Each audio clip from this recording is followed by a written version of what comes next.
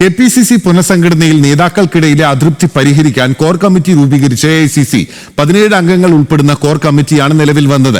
കേരളത്തിന് ചുമതലയുള്ള AICC general secretary Deepa Das മുൻഷിക്കായിരിക്കും core കമ്മിറ്റിയുടെ ചുമതല.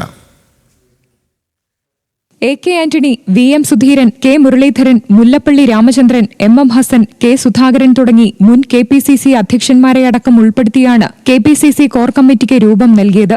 കെപിസിസി അധ്യക്ഷൻ സണ്ണി ജോസഫ്, പ്രതിപക്ഷ നേതാവ് V D Satheesan, UDF convener Adoor Prakash എന്നിവരും കോർ കമ്മിറ്റി അംഗങ്ങളാണ്.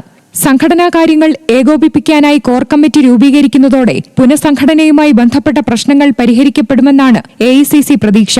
ഷാനിമോൾ ഉസ്മാൻ, കൊടിക്കുന്നിൽ സുരേഷ്, ശശി തരൂർ, വർക്കിംഗ് പ്രസിഡന്റുമാരായ വിഷ്ണുനാഥ്, എ പി അനിൽകുമാർ, ഷാഫി പറമ്പിൽ എന്നിവരാണ് കോർ കമ്മിറ്റിയിലെ മറ്റംഗങ്ങൾ. പുനഃസംഘടനയുമായി ബന്ധപ്പെട്ട പ്രശ്നങ്ങൾ ഉന്നയിച്ചവരെല്ലാം സമിതിയിൽ ഉൾപ്പെട്ടിട്ടുണ്ട്. ഉൾപാർട്ടി പ്രശ്നങ്ങൾ കേരളത്തിൽ തന്നെ പരിഹരിക്കുന്നതിനോടൊപ്പം നേതാക്കൾ തമ്മിലുള്ള ഐക്യം അണികളെ ബോധ്യപ്പെടുത്തേണ്ട ചുമതലയും കോർ കമ്മിറ്റിക്കുണ്ട്.